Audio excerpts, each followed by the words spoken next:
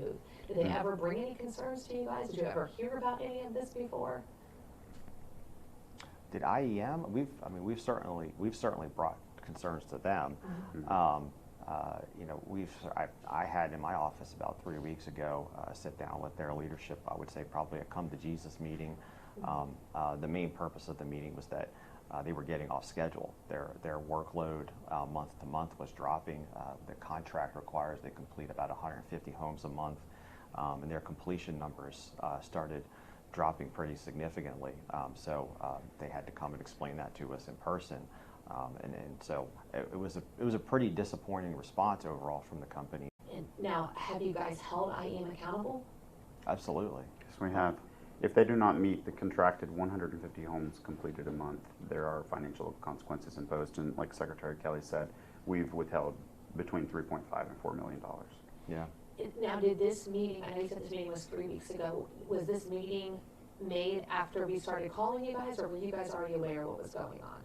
This meeting happened because overall they weren't completing homes at the pace they were supposed to. So it was prior to hearing from you.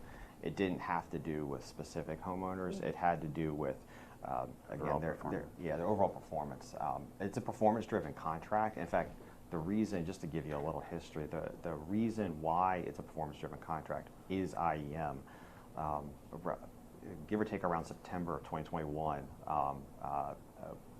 we had to really pull IEM in at the time because their performance, they weren't keeping up with the pace required. The pace needed to complete the program in a reasonable time, and so we actually changed their contract to a performance-driven contract. They have to complete 150 homes per month.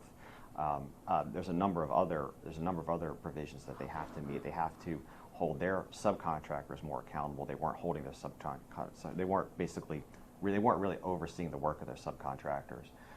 So the contract was changed. It became a performance-driven contract.